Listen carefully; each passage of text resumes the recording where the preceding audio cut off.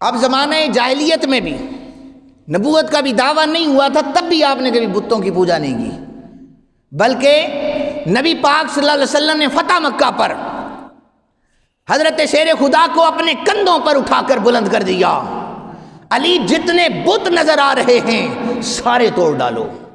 اپنے ہاتھوں سے جو بتوں کو توڑنے آیا مصطفیٰ اسے کندھوں پر بلند کر رہے ہیں، اور جسے مصطفیٰ بلند کر دیں میرے اور آپ کے بس کی بات نہیں ہے کہ اس کی شان کو گھٹایا جا سکے۔ نام علی رکھا، اس کا مطلب بھی بلندی والا ہے۔ نام کیا رکھا؟ علی رکھا، بلندی والا ہے، بہت بلند ہے۔ فرمائے یہ اللہ کا شیر ہے۔ کیا ہے؟ اللہ کا شیر ہے۔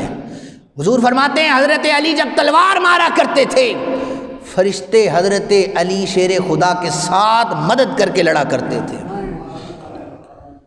فرشتے آپ کی مدد کیا کرتے تھے۔ علی کی تلوار لگا کرتی تھی تو پھر مرہب جیسے بڑے بڑے بہادر، مرہب یہ بڑی ڈنگیں مارا کرتا تھا۔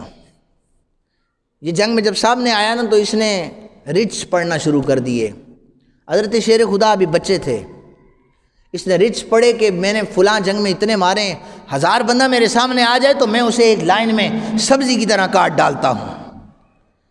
اور جو ڈینگیں وہ مار رہا تھا وہ ڈبل زرہ، ڈبل تلوار، لوہے کا ڈبل لباس اس نے سارا پہنا ہوا تھا۔ اسے پتا تھا جگہ کون سی ملے گی جس پر مجھے کٹ لگے گا، اور وہ کہہ یہ رہا تھا میرے مقابلے میں وہ آئے جو میرا مد مقابل ہو، ورنہ میں ہزاروں کی تعداد کو تیس نیس کر کے رکھ دیتا ہوں۔ بس پھر یہاں پر شیر خدا تھے، آپ میدان میں گئے، فرمایا سمتنی امی حیدرا، مرحب تیری ڈینگیں اپنی جگہ پر ہیں مگر میری اماں نے میرا نام حیدر رکھا ہے، میری اماں نے میرا نام حیدر رکھا ہے۔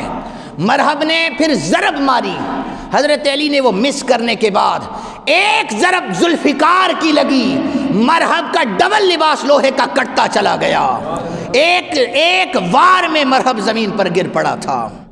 مرحب 2 نیم ہے پڑا ہوا، سر مقتل پڑا ہوا، مرحب 2 نیم ہے سر مقتل پڑا ہوا، اٹھنے کو اب نہیں ہے کیونکہ یہ مارا علی کا ہے،